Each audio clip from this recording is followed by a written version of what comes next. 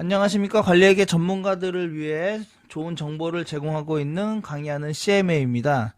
오늘은 드디어 DCF, 디스카운트 캐시플로우라는 기법을 한번 설명해 보고자 합니다. 여태까지 이제 할인이라는 걸 배웠고, 그게 이제 기업 실무에서 어떻게 쓰이는지 그 실무에 적용하는 부분을 하려고 하는데요. DCF가 많이 쓰이는 데가 이제 기업가치평가 하는 거 많이 쓰이고, 특히 M&A 딜 할 때 많이 쓰여요. 최근에 드라마 이제 협상의 기술이 나와서 타이밍이 참 좋은데, 과거에 제가 이제 M&A를 했던 그 경험을 토대로 한번 설명을 드리자면은, 첫 번째는 어떻게 하냐면, 팔고자 하는 기업에서 이제 IM이라는 거를 뿌려줘요. 이 IM에는 뭐가 들어있냐면, 향후 미래 가치가 이렇게 됩니다. 우리는 앞으로 좋아질 겁니다. 이렇게 좀 뭐 잘 포장해 갖고 보내야겠죠. 그걸 받아보는 기업들이 관심 있으면 의견을 이제 관심 있다고 표현을 하게 되면 와서 앞으로 비밀을 지키면서 정보를 보겠습니다 하고 하는 비밀 유지 계약을 이제 맺어요. 이건 NDA라고 부르는데 Non-Deal Agreement입니다. 그러고 나서 이제 예비 심사를 해요. 뭐 이제 조금의 자료들을 이제 주기는 하는데 사실 많은 자료는 안 주고 IM에서 제공했던 자료 중에 일부를 이제 요청하면 줄 수도 있고 안 줄 수도 있어요. 너무 크리티컬한 건 저 그때 안 주고요. 그러면 이제 한번 쓱 보고 그 기간 내에 관심 있으면은 이제 입찰 기간을 줘요. 그래서 A, B, C, D가 이제 입찰을 하게 되면은 금액을 다 써서 내게 됩니다. 이 금액을 기준으로 실사를 들어갈 건데 이 금액이 큰 쪽을 대충 이제 우선 협상 대상자로 선정을 해줍니다.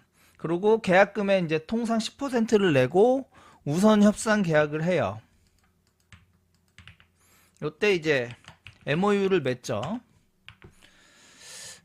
MOU를 맺고 이제 여기서 이제 실사를 이제 시작을 할 수 있습니다. 이제 실사를 들어가 가지고 이제 실사를 우리가 듀 딜리전트라고 해요. 이거는 뭘 실사하는 거냐? 그러면 먼저 제공했던 이 IM하고 기업이 실제로 그대로 유지되고 있는지를 보는 거예요. 그래서 이제 처음에 써낸 것보다 이때 이제 금액을 제시했잖아요. 예비 입찰 때 써낸 금액보다 10%를 플러스 마이너스 할 수 있다. 뭐 이런 식으로 이제 이 10%는 이제 정해진 거는 아니고 보통 이제 팔려는 기업이 요걸 이제 한도를 제시해서 주면은 듀 딜리전트 동안에 기업의 약점을 막 파는 거예요. 자료 달라고 하고 막 해요. 그리고 이제 마지막으로 기간이 다 끝나면 본 협상을 합니다. 이 본 협상을 통해서 원래 써냈던 금액 대비해서 플러스 마이너스 쪽으로 이제 하는 건데 이게 주신 정보가 원래 자기가 그러니까 그 회사를 실사를 했을 때 그 가치가 다 있다 없다를 가지고 이걸 깎는 거지 뭐 아유 이번에 조금 좀 깎아주시면 다음에 잘해드릴게요 이런 느낌으로 깎는 건 아닙니다. 그래서 주신 정보대로 회사가 잘 운영되고 있다 그러니까 100%를 다 드리겠습니다. 아니면 갔더니 창고에 재고가 좀 부족합니다. 그래서 그만큼은 깎아야겠습니다. 이렇게 하는 것이 이제 실예고요. 이건 좀 뭐 멋있어 보이려고 이렇게 얘기는 하는데 사실 M&A 딜이 멋있어 보이긴 하지만 이것도 뭐 일종의 시장 바닥입니다. 사는 사람은 싸게 사고 싶을 거고 파는 사람은 비싸게 팔고 싶을 거란 말이에요. 그러니까 이제 상황에 따라 틀려요. 만약에 회장님이 이 회사 꼭 사와라 그러면 좀 비싸게 부르고 나 필요 없어. 나는 그러니까 가성비를 맞춰서 사와 그러면 이제 딜이 깨지더라도 이제 적극적으로 딜을 하는 거죠. 흥정을 해가지고 싸게 사가는 겁니다. 그래서 이제 이런 과정을 거쳐서 M&A 딜을 한다. 그렇게 봐주시면 될 것 같고요. 그래서 이제 그 IM의 인포메이션 메모랜덤에는 뭐가 들어있느냐 하면은 블라블라블라 막 우리 사업은 어떻고 향후 전망이 어떻고 이런 얘기들이 쫙 써 있어요. 다 차치하고 나서 이제 우리가 봐야 될 것은 이 기업이 앞으로 얼마의 현금을 창출해낼 것인가를 그 중에서 찾아내시는 거예요.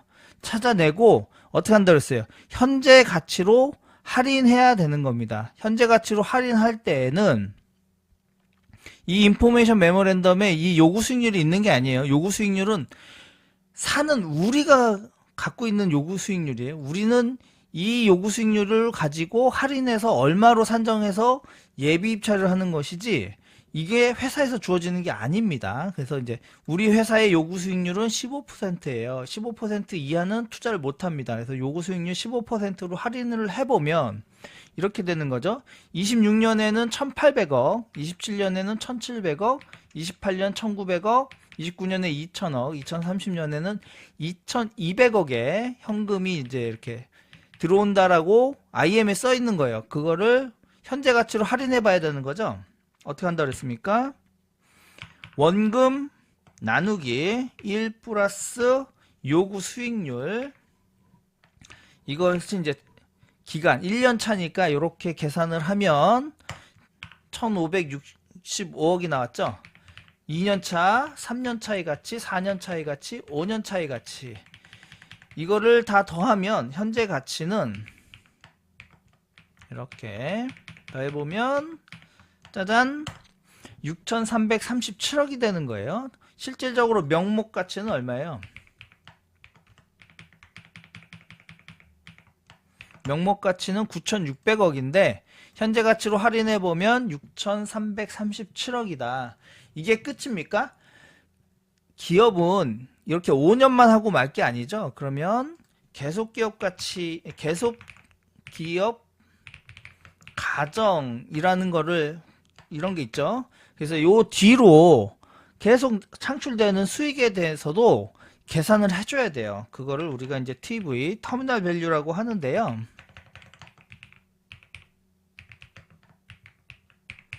요 TV가 굉장히 좀 크게 가치를 변동시키거든요.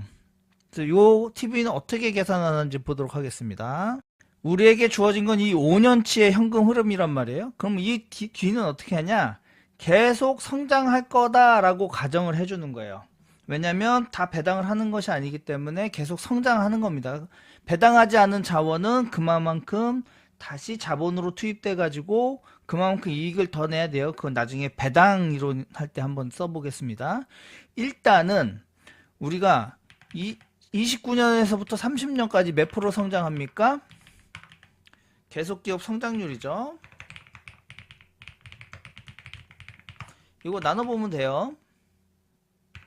자, 2030년 현금과 이거 나누고 빼기 1을 해야 되겠죠. 그러면 10% 성장을 한 거죠. 뭐 계산 하나만 해요. 10% 성장을 하면 앞으로는 이 들어오는 현금이 그 전년도 곱하기 1 플러스 성장률, 요런 공식을 가지게 됩니다. 그럼 2023년은 2032년은 어떻게 돼요?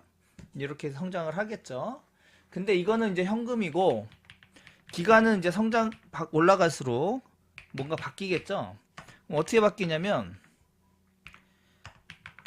자, 현재 가치는 어떻게 한다 그랬어요? 이 성장률에다가, 이 현금에다가 나누기 1 플러스 요구 수익률의 기간만큼 해줘야 되죠. 그러면 예, 금액은 늘어났지만 현재 가치는 떨어졌죠. 왜냐하면 요구 수익률이 기업 성장보다 높기 때문입니다. 안 그러면 이거 막 무한대로 커져요. 그래서 이렇게 계산을 해보면 32년도는 1000억이 되는 거죠. 2600억이 1000억 가치밖에 안 돼요. 그럼 요게 이제 요게 무슨 차이가 있을까? 그럼 요게 보시면은 우리 이제 학교 때 배웠던, 보세요. 똑같은 식으로 등비급수를 일러요. 등비급수는 별도로 설명은 하지 않겠고 인터넷을 뒤져보면, 아니면 옛날 갖고 계신 그 수학의 정석책 그거 다 하나씩 갖고 계시죠? 그거 찾아보면 이렇게 됩니다. 원금 1 나누기 1 빼기 그 이율. 그러면 이 등비 수열의 합을 이제 구하는 공식대로 가면 이제 초기 값을 나누기 1 빼기 r을 하면 되는 거예요. 이렇게. 그러면 이제 얼마가 되는 거냐면 최종 금액은 2조 5천억이 되는 겁니다. 그래서 이제 5년치의 현재 가치 더하기 터미널 밸류를 이렇게 더해주면 이 기업 가치는 3조 1천억이 된다. 이렇게 계산을 하는 거예요. 이렇게 계산까지 했는데 이제 그런 걸 해봐야죠.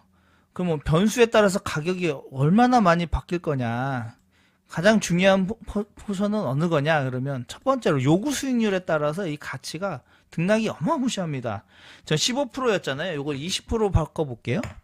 그러면 거의 절반 돼버리죠. 이게 30%면 8,400억 밖에 안 됩니다. 요구 수익률. 우리 회사는 이 요구 수익률을 얼마로 볼 것이냐에 따라서 이 가치가 바뀔 거고요. 그 다음에 이제 기업 가치를 성장을 요쪽에 이제 마지막 연도의 성장률을 계속 가정해 줬잖아요. 그러니까 같은 9,600억이라도 여기가 2,100억, 여기가 2,100억이 되면 이 가치는 또 절반이 돼요. 이 마지막 성장률이 좋습니다. 그래서 나중에 여러분께서 이 IM을 받아보실 일이 보면 뻔합니다. 여기는 그냥 리즈너블하게 성장하다가 마지막 연도 차에 굉장히 성장이 많이 하는 것처럼 아마 써놨을 거예요. 뻔해요. 그래야 이 가치를 높게 책정할 수 있거든요. 이제 이렇게 기업 가치가 정해졌잖아요. 그럼 이제 우리가 사는 거는 100%를 사는 경우는 드물고 이제 그 대주주가 소유한 지분을 사게 되는 거예요. 이게 이제 뭐 한 30%, 뭐 35%를 가지고 있다. 그러면 이제 가치는 3조 1천억이지만 주식 가치는 이렇게 곱해가지고 1조 1천억어치 사는 겁니다. 이렇게 1조 1천억어치 사는데 요게 이제 지분 가치고요.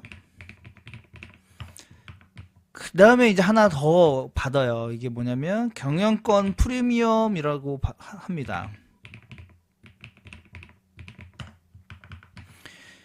이 기업을 소유하게 되면은 다른 주주들과는 다르게 또 누리는 혜택이 있어요. 뭐 그 불평등하게 뭐 누리는 혜택이 있겠죠. 뭐 다른 구매할 때도 본인의 회사 거를 살 수도 있고 여러 가지 이익을 추가적으로 낼 수 있기 때문에 경영권 프리미엄은 20%에서부터 한 30%를 요구하게 되는 거예요. 그럼 여기에 한 30%, 맥시멈 30% 정도 좀 추가로 붙는다. 그러면은 이 3조 1천억 원짜리의 그 회사를 35% 지분을 가져오게 되면은 이렇게 약 한 1조 4천억, 1조 5천억 정도 주고 사는 게 일반적인 예입니다.